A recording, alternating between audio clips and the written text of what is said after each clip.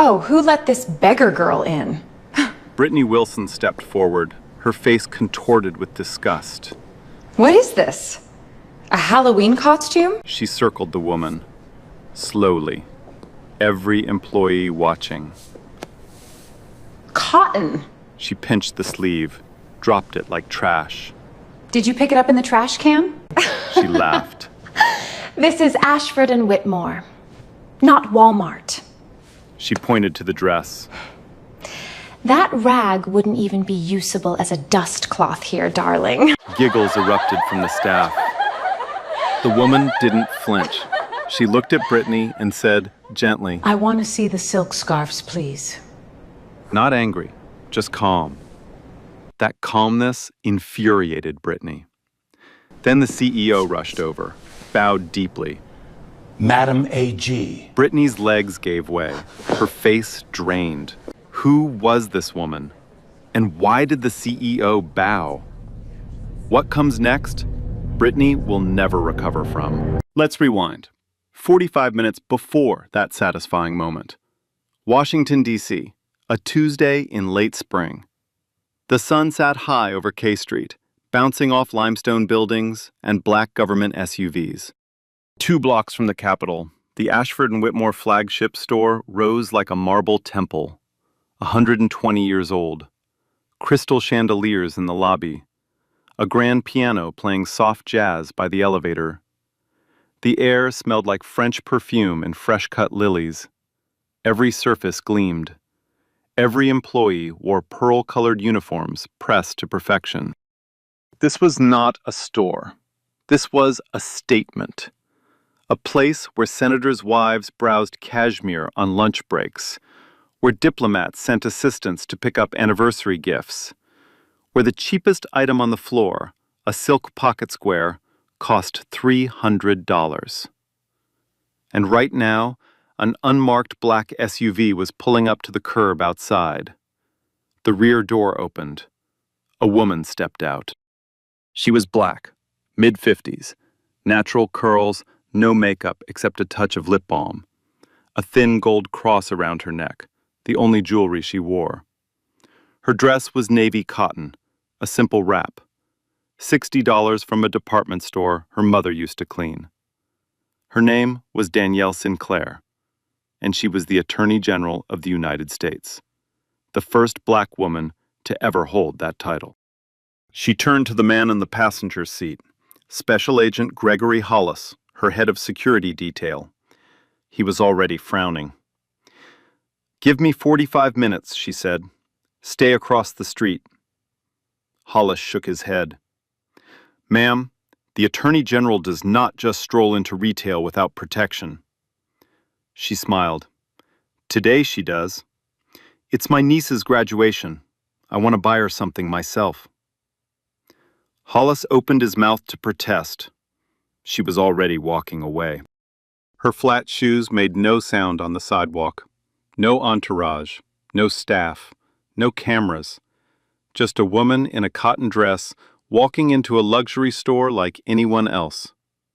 But Danielle Sinclair was not anyone else. She was the daughter of Eleanor Sinclair, a hotel housekeeper in Baltimore who spent 30 years making beds, scrubbing bathrooms, and folding towels for people who never once looked her in the eye. When Danielle was 11 years old, her mother was accused of stealing a guest's diamond bracelet. The hotel manager didn't investigate, didn't ask questions. He marched Eleanor through the lobby, in front of the Sunday brunch crowd, and told her to empty her pockets. She did. There was nothing. 2 hours later, the guest found the bracelet in her own suitcase, under a scarf, where she had left it. No apology was ever given. Not that day, not ever. Eleanor went home that night and cried in the bathroom with the door shut. Danielle sat on the hallway floor, back against the wall, listening to every sob through the thin wood. She was 11. She made a promise to herself that night. She didn't know what it looked like yet, but she knew, sitting on that cold floor, that she would spend her life making sure what happened to her mother would have consequences for the people who did it. Howard University. Undergraduate, top of her class. Yale Law School. 10 years as a federal prosecutor. 2 terms as a state attorney general. And then, confirmation as the first black woman to serve as Attorney General of the United States. She had not forgotten that bathroom door. Not once. Not for a single day. And now she had a new mission. The Equal Dignity in Commerce Initiative, a federal crackdown on racial profiling in retail. Her office had received hundreds of complaints from black and brown customers who had been followed, refused service, humiliated, or falsely accused in luxury stores across the country. One name kept coming up, again and again: Ashford and Whitmore. Today, at 2:30, Danielle had a formal meeting scheduled with the company's CEO, Charles Ashford, upstairs in the executive suite, to discuss the federal civil rights investigation her office had opened against his company. But she had arrived early, on purpose, not just to buy a silk scarf for her niece Maya, who was about to become the first in her generation to attend college at Spelman, pre-law, but to walk through the front door of this store the way her mother used to walk into rooms, quietly, without title, without protection, to see what this place looked like from the other side of the counter.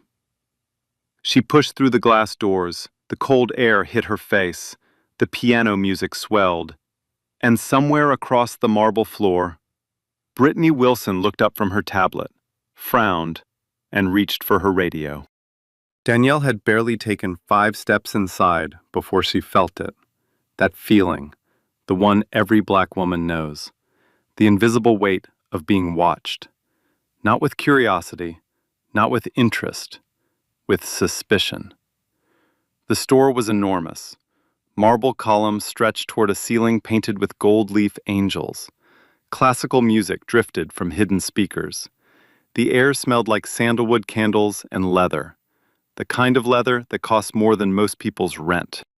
Danielle moved through it all quietly, her flat shoes barely whispered on the polished floor. She passed the perfume counter, where 2 women in matching pearl uniforms glanced up and then, quickly, looked away. Not a smile, not a nod, just a look that said, "We see you, and we've already decided." She didn't take it personally. Not yet. She found the scarf display near the back of the ground floor, a long glass case lined with silk, creams and golds and deep burgundies folded into perfect squares, tiny price cards in elegant fonts. The cheapest one was $850. Danielle ran her fingers along the edge of the glass. She was looking for something with magnolias. Maya loved magnolias. Their grandmother used to grow them in the backyard of their Baltimore row house, back when the neighborhood still had yards. "Welcome to Ashford and Whitmore." Danielle looked up. A young black woman stood in front of her, early 20s, warm smile, name tag reading Olivia Bennett. She was the only black employee Danielle could see on the entire floor. "Can I show you anything in particular?" Olivia asked. "Just browsing," Danielle said. "Silk scarves, something with florals maybe." Olivia nodded and began pulling a few options from the case. "We just got a new collection from Milan, hand-painted. Let me show you." She never got to finish. "Olivia." The voice came from behind them, sharp, clipped, like a dog whistle in human form. Brittany Wilson was walking toward them. Her heels hit the marble like gunshots. Her tablet was tucked under one arm. Her jaw was set. "I'll take it from here," Brittany said. "Go restock the handbag wall." Olivia blinked. "I was just helping this customer with—" Did I stutter? Brittany's smile didn't reach her eyes. "Handbag wall. Now." Olivia hesitated. She looked at Danielle with something close to an apology. Then she turned and walked away. Her footsteps were soft, almost ashamed. And just like that, Danielle was alone with Brittany Wilson. Brittany didn't greet her, didn't introduce herself.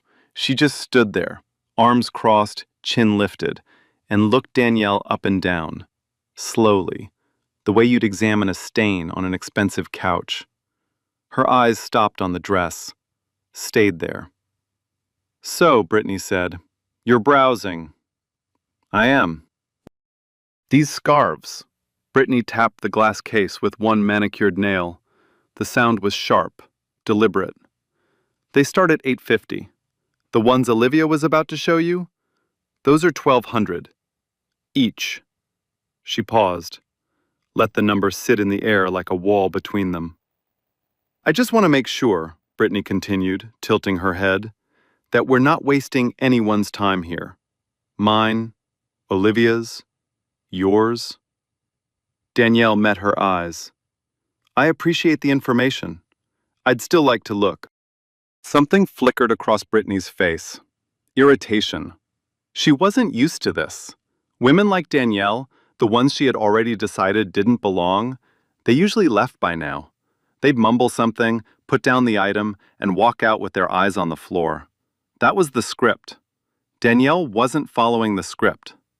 Brittany recalculated and escalated. She turned slightly, just enough to angle her voice toward the two associates at the nearby counter. She wanted an audience. She always did. "Ma'am," Brittany said, louder now, performative, "I'm going to be honest with you. I've been doing this for 11 years. I can tell within 30 seconds whether someone is a serious customer or a browser." She let the word hang. Browser. The way she said it, it meant something else entirely. "And right now," Brittany continued, "I'm looking at a browser." She uncrossed her arms and gestured at Danielle's dress, openly, theatrically, like a game show host revealing a losing prize. That fabric, cotton poly blend at best, off the rack, probably under $100, and honestly, I'm being generous. Her voice carried across the floor like she wanted it to. "Our clientele shops in Chanel, in Valentino, in custom pieces that take 6 months to make." She leaned in, not whispering, the opposite. "You're not our clientele, ma'am, and I think, deep down, you already know that." Two customers nearby turned to watch. One of them, an older white woman in a cream blazer, raised an eyebrow and nodded slowly, like she agreed, like Brittany was doing her a favor by cleaning up the room. Danielle's jaw tightened, just slightly, just enough that only someone who knew her, really knew her, would notice. But her voice stayed level. "I'd like to purchase a scarf," Danielle said, "for my niece. She's graduating." "How sweet," Brittany said. The word came out like vinegar. "But I'm not sure we have anything in your budget. Have you tried the mall on H Street? They have lovely options. Very affordable." She reached into her pocket, pulled out a business card from the sister store, held it out between two fingers, like she was handing a tissue to someone who had sneezed on her. Danielle didn't take it. "I'd like to stay here," she said. Brittany's smile disappeared. Something harder took its place. Something uglier. What happened next changed the temperature of the entire room. Brittany turned to a passing associate, Theodore Hayes, the assistant manager.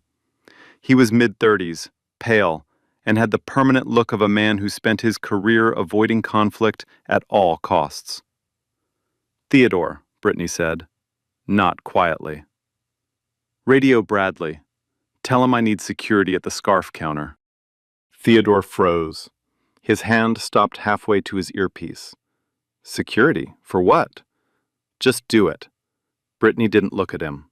Her eyes were locked on Danielle. "We have a situation." The word echoed across the polished floor. Situation. Two more customers looked up. A man at the watch counter set down his champagne glass and turned. The piano player's fingers slowed. Even the perfume girls at the front, the ones who hadn't smiled, were staring now. The room had made its decision, not based on anything Danielle said, not based on anything she did, based on her skin, her dress, her refusal to leave when she was told to. 30 seconds later, Bradley Caldwell appeared. He was mid-50s, broad shoulders, a buzz cut going gray. He walked with the weight of a man who had spent 20 years in law enforcement before taking a quieter job in retail security. He wasn't quiet. He was just waiting for someone to give him permission. "Brittany," he said, "what's going on?" Brittany pointed one finger at Danielle, casually, the way you'd point at a face on a security monitor. "This woman has been lingering at high-value merchandise for over 10 minutes. She has not made a purchase. She does not appear to be a customer." She paused, smiled at Danielle, that same vinegar smile. "I'd like her escorted out, through the side exit." The side exit. Danielle knew exactly what that meant. Every store like this had one. A narrow hallway past the stockroom, past the dumpsters, past the loading dock. The exit reserved for deliveries, garbage, and people they didn't want the real customers to see being removed. The trash exit. Bradley shifted his weight. He looked at Danielle, then at Brittany, then back at Danielle. "Ma'am," he said, not unkindly, but firmly, "would you like to come with me?" Danielle looked at him, then at Brittany, then at the silk scarf behind the glass, cream-colored, hand-painted magnolias curling along the border, the one she had walked in here to buy. "No," she said, simply, "I would not." Brittany's jaw tightened, her nostrils flared. The smile vanished completely. "Excuse me?" "I said no," Danielle repeated. Her voice did not rise. It did not shake. "I'm a customer. I'm standing at a display case. I have not raised my voice. I have not touched anything I wasn't invited to touch. And I am not leaving." The floor went silent. Even the piano stopped. Brittany stared at Danielle for a long, ice-cold moment. Then she turned to Theodore. "Not the time," she said. Her voice was flat now. "Dangerous. I'm starting a formal incident report. If she won't leave voluntarily, we move to the next step." She turned back to Danielle, stepped closer. Her voice dropped low, just low enough that only Danielle, Bradley, and Theodore could hear. "You have no idea who you're dealing with, sweetheart." Danielle almost smiled, because the truth was, neither did Brittany. Brittany Wilson was not the kind of woman who accepted the word no. She had built her entire career on a simple formula. She decided who belonged, and everyone else left. Quietly, quickly, without a scene. It had worked for 11 years. Not once had a customer stood at her counter, looked her in the eye, and refused to move. Until now. And it was making her dangerous. "Bradley," Brittany said. Her voice was calm. Too calm. The kind of calm that comes right before something breaks. "I need you to check her bag." Bradley looked at the leather tote hanging from Danielle's shoulder. Simple. Worn at the corners. No brand label. He looked at Brittany. Then at the floor. "Brittany, we can't just..." She was lingering near the jewelry case on her way in. I saw it on the monitor. Brittany tapped her tablet twice, like she was pulling up footage. She wasn't. "I have floor authority. Check the bag." It was a lie. Danielle had never gone near the jewelry case. She had walked straight from the entrance to the scarves, in a straight line, on camera. But Brittany said it with such confidence, such practiced, polished authority, that nobody in earshot questioned it. Bradley turned to Danielle. His voice dropped, almost apologetic. "Ma'am, would you mind if I just took a quick look inside?" Danielle looked at him, steady, unhurried, the way a woman looks at someone when she's already 10 steps ahead. Yes, she said, I would mind. You have no probable cause. I have not stolen anything, and I would like to speak to this store's general counsel. The words landed like stones dropped on glass. Bradley took half a step back. He felt it, the weight of what she'd just said. Probable cause. General counsel. Those weren't the words of a woman who didn't know her rights. Those were the words of someone who had spent her life enforcing them. But Brittany didn't hear it. She didn't want to. She laughed. Not a real laugh, a performance. She turned to the staff nearby, 3 associates, all watching now, and shook her head slowly, theatrically, the way a teacher shakes her head at a child who gave the wrong answer on purpose. General counsel, Brittany repeated. Oh, honey, you don't get to demand a lawyer in my store. She uncrossed her arms and took a step forward. This isn't a courtroom. This isn't a police station. Another step. Close enough now that Danielle could smell her perfume, sharp, floral, suffocating. This is my floor, and on my floor, I decide who stays and who goes. She let that sit, let it echo off the marble. Then she leaned in even closer and spoke slowly, word by word, deliberately, like she was talking to someone who didn't understand English. You need to leave now. Danielle didn't move, didn't blink, didn't shift her weight. Or what? She said. Something flashed in Brittany's eyes.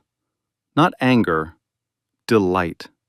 She had been waiting for this, a reason to go further. Or I call the police, Brittany said. She held up her phone, waggled it. And they will come, and they will remove you. Believe me. She dropped her voice to a stage whisper, loud enough for every associate in earshot. They always listen to me. I know them all by name. She turned to her staff, spread her hands wide. The martyr, the protector of civilization. It's unbelievable, isn't it? You try to help these people. You offer them another store. You treat them with patience, with kindness. And this, she gestured at Danielle like she was pointing at a mess on the floor. This is the gratitude you get.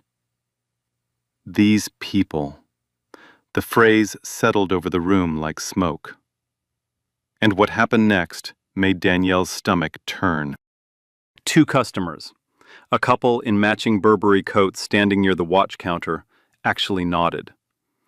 The man lifted his champagne glass slightly, like a toast. Good for you, he said to Brittany. You shouldn't have to deal with this kind of thing. This kind of thing, meaning this kind of person. Brittany glowed. She straightened her blazer, smoothed her hair. She was winning. She knew it. Everyone on this floor had chosen a side, and they had chosen hers. Everyone except one person. Across the floor, behind the handbag display wall, Olivia Bennett stood completely still. Her right hand gripped a leather strap so hard the veins on her wrist were visible. Her left hand held her phone, tucked behind the shelf, screen down, out of sight. The red recording light was blinking. She had been filming for 4 minutes. Theodore Hayes, the assistant manager, stood 6 feet away, arms folded, eyes on the floor. He said nothing, did nothing.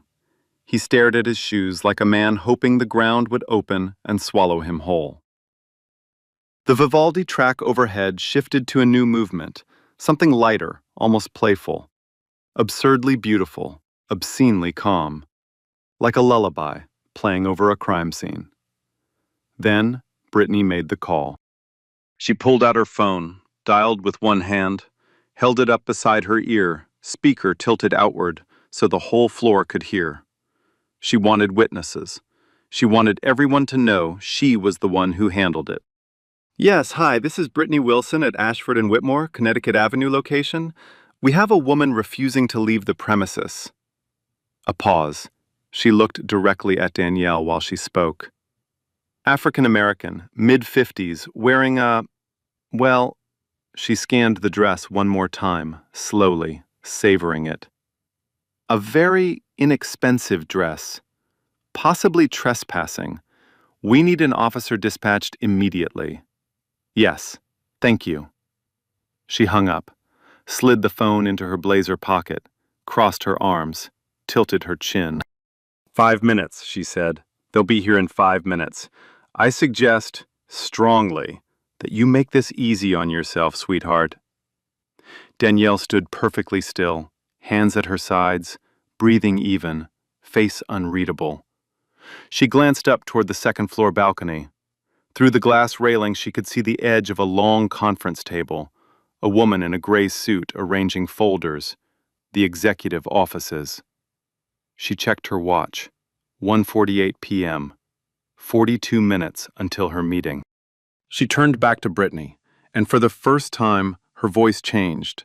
Not louder, not sharper, but heavier, older, like she was carrying something she'd been holding since childhood. I'd like you to think very carefully, Danielle said, about what you've done in the last 15 minutes. Brittany rolled her eyes so hard her whole head moved. Save the speech, honey. I'm telling you as a courtesy, Danielle continued. Once this goes further, I will not be able to walk it back for you, even if I wanted to. Brittany threw her head back and laughed, full, loud, theatrical. She spun toward Bradley, toward Theodore, toward anyone who would look at her. Oh my God, did you all hear that? She's threatening me. A woman in a $60 dress is threatening me. In my own store, on my own floor. She turned back, wiped an imaginary tear from her eye, still laughing. Should I be scared, Bradley? Should I be shaking right now? Bradley said nothing. His jaw was locked. His right hand hovered near his belt, old habit from 20 years on the force. He looked deeply, physically, uncomfortable. But he didn't stop it. Nobody stopped it. Nobody ever did. Then came the moment that changed everything. Brittany stepped forward. Close. Too close. She dropped her voice, but not to a whisper, to a hiss. The kind that's designed to cut and be overheard at the same time. Intimate and venomous. Let me tell you something, sweetheart, and I want you to really, truly hear me. She tilted her head. Her eyes were flat, empty, like looking into two polished coins. I don't know what neighborhood you crawled out of this morning. I don't know who told you that you could walk in here and pretend like you belong with these people. But let me make one thing very, very clear. She glanced around at her staff, back at Danielle. People like you don't shop here. A pause. One heartbeat. People like you clean here. Clean. The word hit Danielle like a slap across the mouth. Not because it was new, not because it was shocking, but because it was old. So old. 41 years old. For 1 second, just one, the marble floor vanished. The chandeliers disappeared. The piano music and the perfume and Brittany Wilson's cold, painted face, all of it dissolved.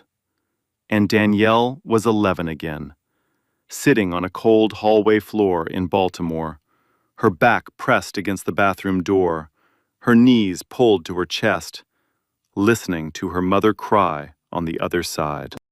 Eleanor Sinclair, in her hotel uniform, being marched through a lobby full of strangers, for a bracelet she never touched, in front of people who had already decided she was guilty before she opened her mouth.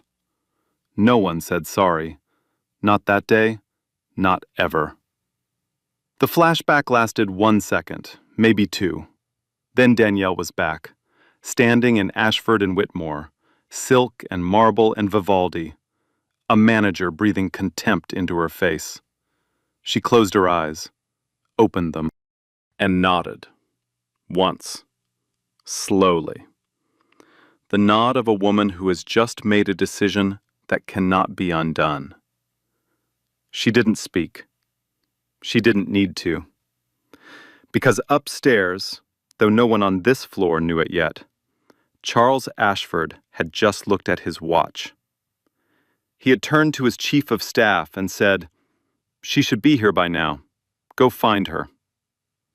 And the elevator light had just turned on. It started with a sound. Not a voice, not a shout. Just a sound. Sharp, urgent, expensive. The rapid-fire click of Italian leather shoes descending a marble staircase. Everyone on the floor heard it. Brittany heard it. Bradley heard it. Even the piano player stopped mid-note and looked up. 3 figures were coming down the grand staircase from the executive level. The first was a man, tall, silver hair swept back, charcoal suit tailored so precisely it looked painted on. His face was tight, not angry, but alarmed. The kind of alarm that lives in the chest of a man who has just realized something has gone very, very wrong. Behind him, a woman in a black blazer carrying a leather portfolio, general counsel. And behind her, a younger man with an earpiece and a phone pressed to his thigh, chief of staff. They were not walking. They were rushing. The man in the charcoal suit, Charles Ashford, CEO of Ashford and Whitmore, reached the bottom of the staircase and scanned the floor. His eyes swept past the perfume counter, past the watch display, past the piano, and landed on Danielle Sinclair. He stopped, completely stopped, like a man who had just stepped on a live wire. His mouth opened, then closed, then opened again. Brittany, who had her back to the staircase, was still mid-performance. She was straightening her blazer, adjusting her hair, glancing at Bradley with a satisfied smirk.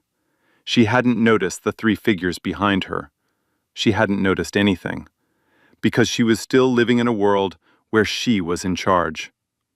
She was saying something to Theodore, something about the incident report, something about pressing charges. She never finished the sentence. Because Charles Ashford walked right past her, not around her, through her space, like she wasn't there, like she didn't exist. He walked straight to Danielle, stopped 2 feet in front of her, and then, in full view of every employee, every customer, every security camera on the floor, he bowed. Not a nod, not a handshake, not the polite half-bow of a businessman greeting a colleague. A deep, full, formal bow from the waist, the kind reserved for heads of state, the kind that comes from genuine reverence and genuine fear. "Madam Attorney General," he said. His voice cracked on the second word. "Madam A.G., I am so deeply sorry. I had no idea you were already on the floor. We were scheduled for 2:30, and we should have..." He couldn't finish. He was looking at her face, at the calm, at the dress, at the quiet, unshakable dignity of a woman who had just been called a beggar and hadn't flinched. And then, slowly, horribly, he began to notice the rest. The spilled business card on the floor, the security guard standing 3 feet away, the staff still frozen mid-smirk, the 2 customers with their champagne glasses raised in a toast to Brittany's performance. His face changed. The reverence drained out. Something darker replaced it. "Madam A.G.," he said, quieter now, almost a whisper. "What happened down here?" Behind him, Brittany Wilson's brain was still catching up with her body, because her body already knew. It started in her hands. They went numb. The tablet slipped from under her arm and hit the marble with a crack that echoed across the floor. Then her chest. A pressure. Sudden, massive, like all the air in the room had been sucked out at once. Then the words. They hit her one at a time, each one heavier than the last. Madam Attorney General. Her right hand shot out, reaching for the scarf display table. Her fingers closed around the edge. Her knees buckled. Not slowly, not gracefully. They just gave out, like someone had cut the strings holding her up. The table went with her. Glass cracked. Silk scarves spilled across the marble in a wave. Creams and golds and burgundies sliding in every direction.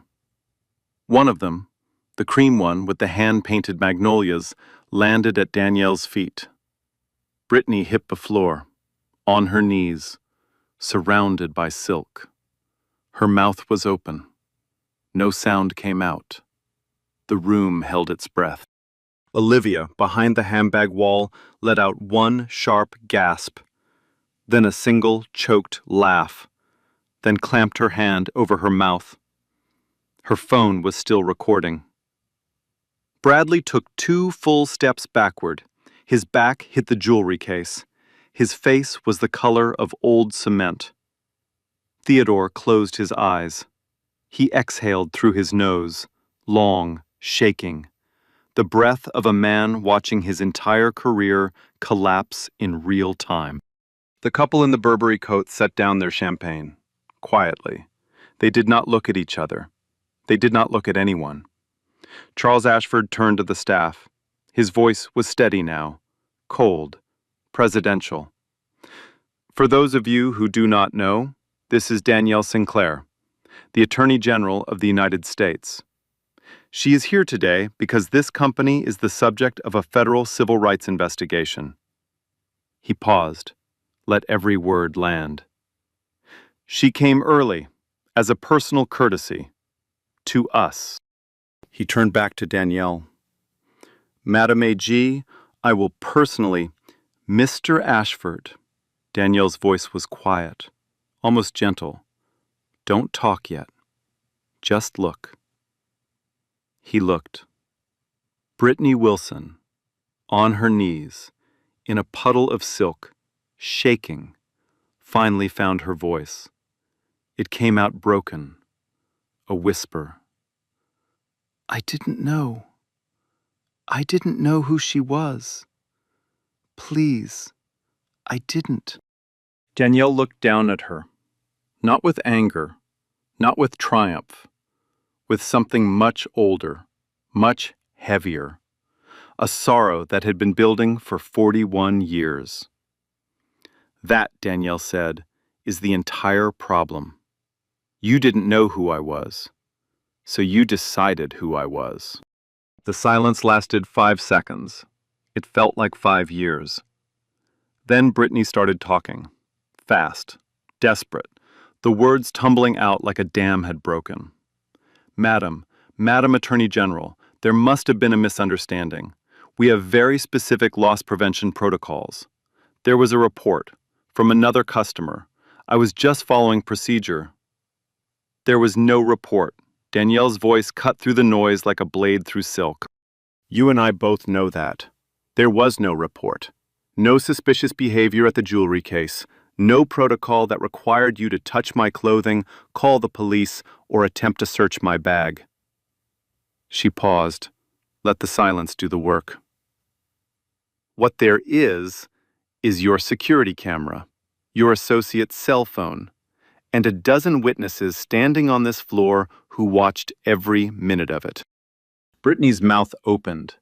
Nothing came out. Her hands were shaking. The silk scarves around her knees trembled with her. Charles Ashford had heard enough. He turned to Brittany. His face had gone past anger into something colder, something final. Ms. Wilson, every employee on the floor could hear him. He wanted them to. Stand up. Hand me your badge. Brittany looked up from the floor. Her mascara was starting to run. Mr. Ashford, sir, please. I've worked here for 11 years. I have a family. So does she. Charles didn't raise his voice. He didn't need to. So did her mother. So did every customer you have humiliated on this floor for 3 years, while this company was too gutless to do anything about it. He extended his hand, palm up. Brittany's fingers fumbled at her blazer. The badge was pinned over her heart, the spot she had always worn it with such pride. She unclipped it. Her hands shook so badly it took 3 tries. She placed it in his palm. Effective immediately, Charles said, your employment is suspended pending full termination. You will be escorted from this building. He turned to Bradley. You touched a customer without consent.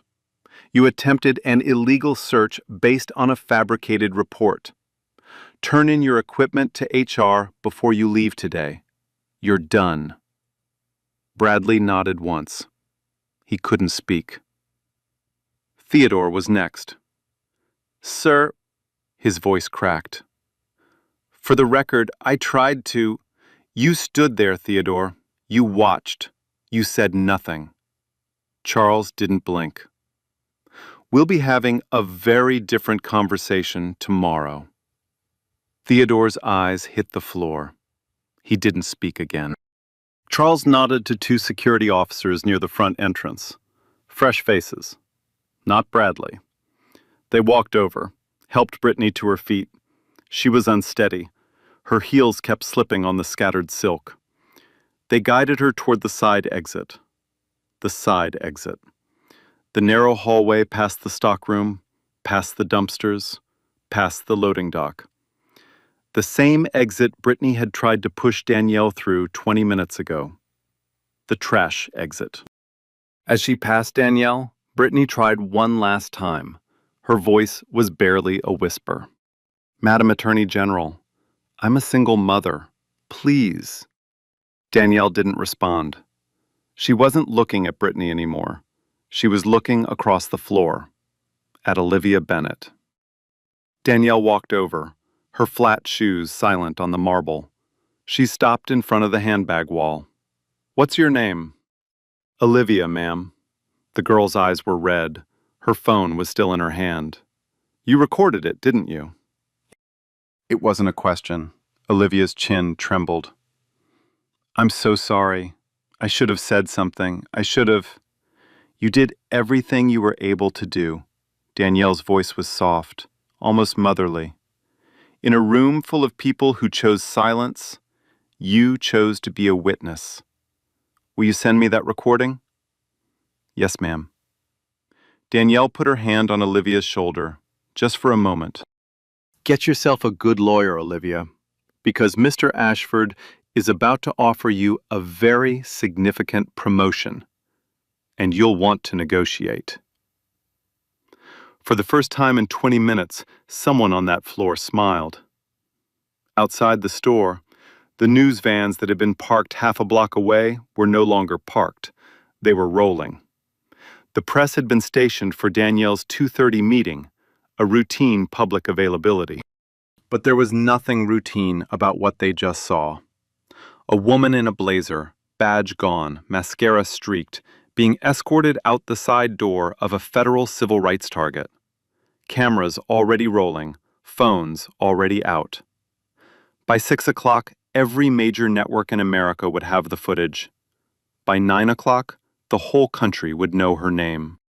The video hit the internet at 6:14 p.m., 11 minutes, time-stamped, audio crystal clear. Filmed from behind a handbag display by a 23-year-old sales associate who had the courage to press record when no one else in the room would even look up. Olivia Bennett's hands had been shaking the entire time. You could see it in the footage, the slight tremor at the edges of the frame. But she never stopped filming, not once. By 6:45, every major network in America had the clip. By 8 o'clock, it was the lead story on every cable news channel. By 9 o'clock, two hashtags were trending #1 nationwide. Hashtag Madam AG and hashtag Ashford Whitmore. The moment that broke the internet wasn't the insult. It wasn't the dress comment. It wasn't even the illegal bag search or the police call. It was one sentence. People like you don't shop here. People like you clean here. 11 words, delivered by a store manager to the Attorney General of the United States, on camera, in front of a dozen witnesses. The clip was played on loop, morning shows, evening news, late-night monologues. Social media turned it into memes, reaction videos, essays. A 16-year-old in Atlanta turned the audio into a spoken-word poem that got 40 million views in 3 days. And then, the floodgates opened. Within 48 hours, more than 240 former Ashford and Whitmore customers came forward. Black, Latino, Indigenous, Asian American. Their stories were different in the details, but identical in the pattern. A retired federal judge, a black woman in her 70s, told CNN she had once been asked at the D.C. flagship if she was sure she could afford the handbag she was holding. She had never told anyone, not her husband, not her colleagues. She had carried that moment in silence for 9 years. A pediatric surgeon's husband in Chicago had been accused of stealing his own wallet from his own pocket. Security held him for 20 minutes. No apology, no explanation. A college professor in Boston was followed through the store for 35 minutes. She counted. When she finally asked why, the associate said, "Just making sure everything's accounted for, ma'am." 240 stories. Same company, same pattern, same silence. Until now. The Department of Justice moved fast. Because Danielle Sinclair was the Attorney General, she personally recused herself from the case, standard protocol. The Deputy AG, a former civil rights litigator named Grace Calloway, took the lead. Within 3 months, the DOJ Civil Rights Division filed a formal pattern and practice complaint against Ashford and Whitmore.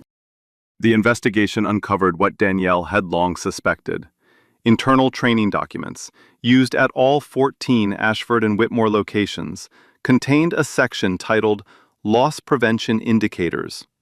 On paper, it listed behavioral cues, lingering near exits, removing security tags, concealing merchandise.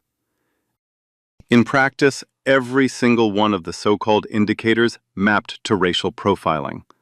Non-standard appearance for store demographic, unfamiliar with product pricing, extended browsing without purchase intent.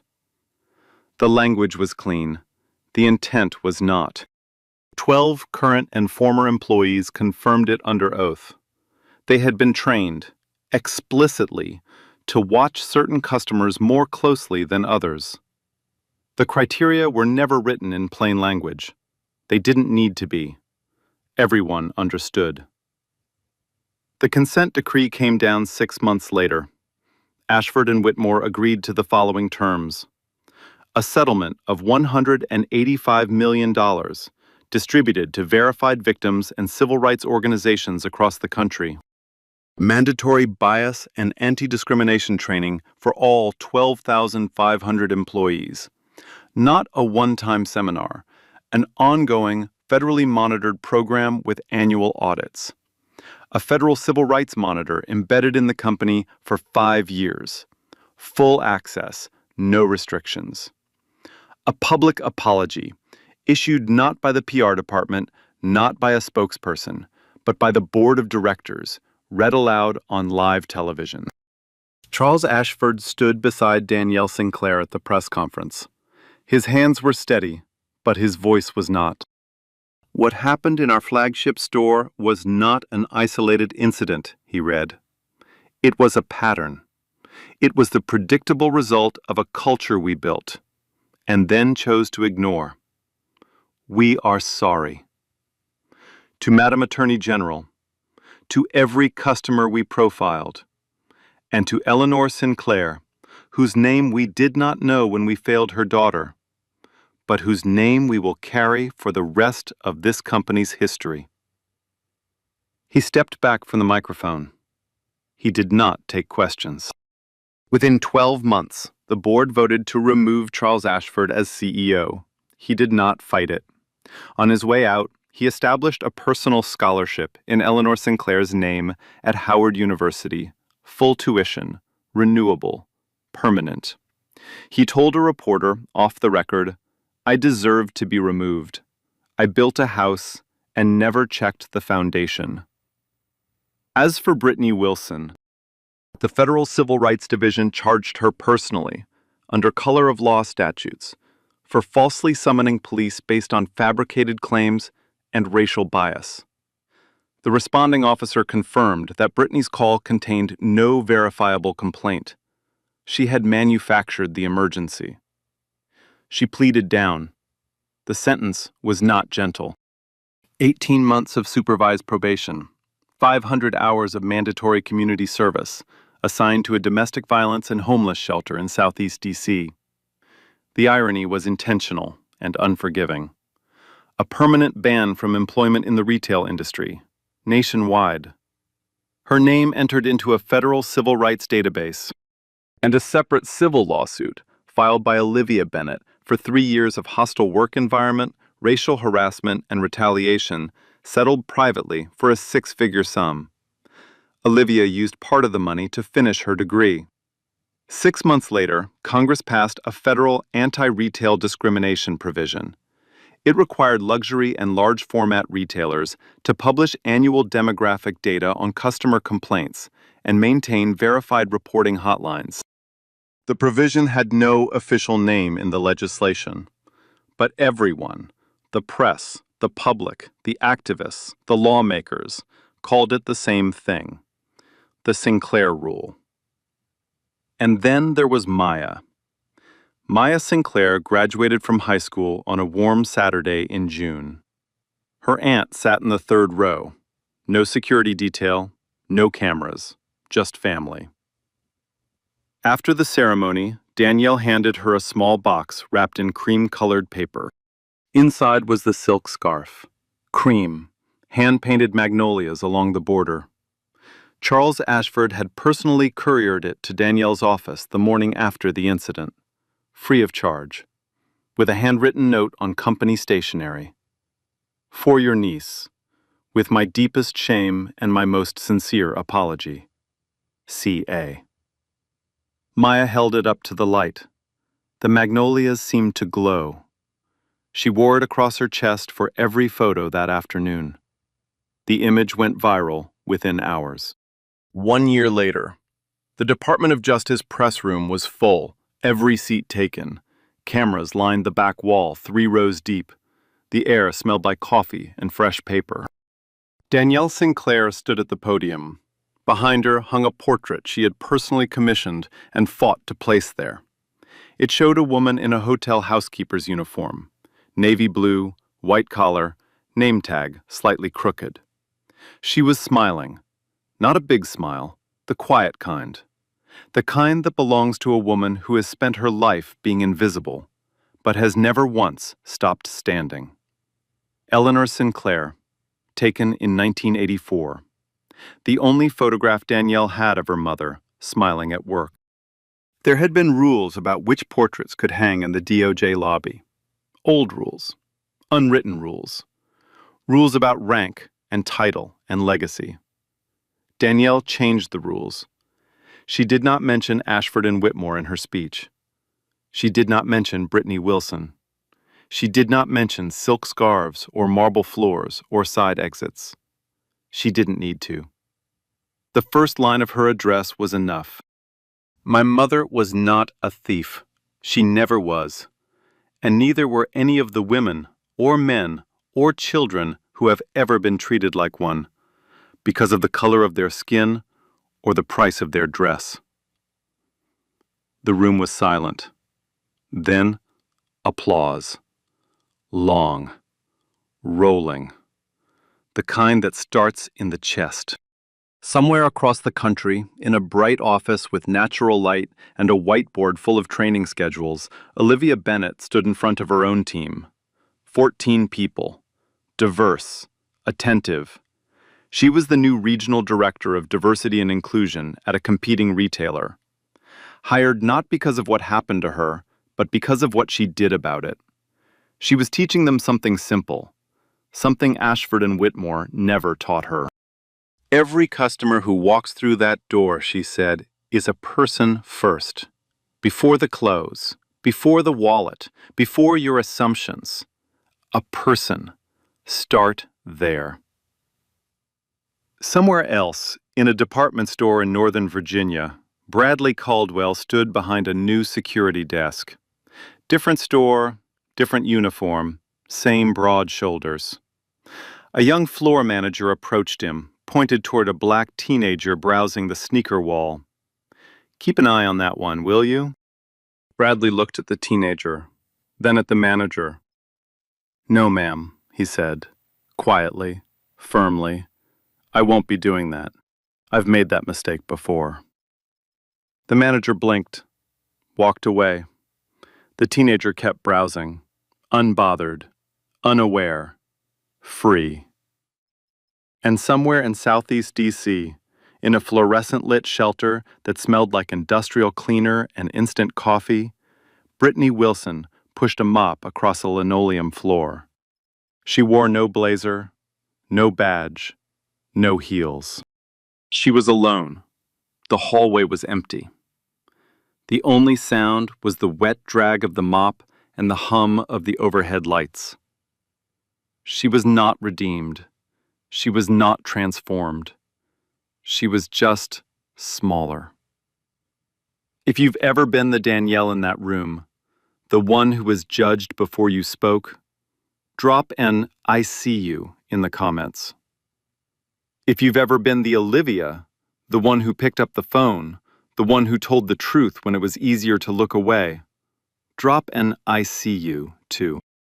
And if you've ever been quiet, if you've ever watched and said nothing, ask yourself why. Because dignity isn't something you wear, it's something you're owed. And silence is a choice. Hit that like button if you believe that. Subscribe if you want more stories where the truth comes home, in full, with the receipts. And share this with someone who needs to hear it today. One last thing. In Maya Sinclair's college dorm room at Spelman, taped to the wall above her desk, there are two framed items side by side. The cream silk scarf with the hand-painted magnolias, and her grandmother's old hotel name tag. Beneath them both, in her aunt's handwriting, a single line. Walk into any room like your mother is watching, because somewhere she is. Here's what I want you to take from this. Every single person who walks into a room is carrying a story you know nothing about. You don't know where they've been. You don't know what they've done.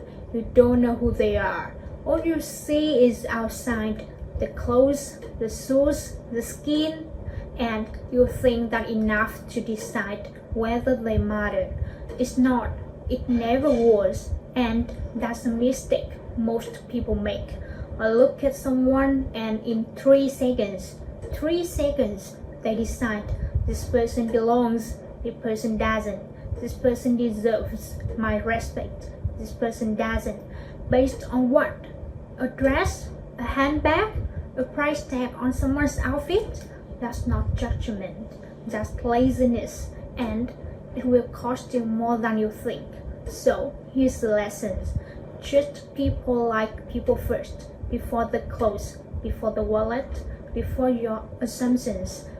Because the person you look down on today might be the most powerful person in the room, but even if they are not, even if they are nobody famous, nobody important, nobody with a title, they still deserve to be treated like a human being.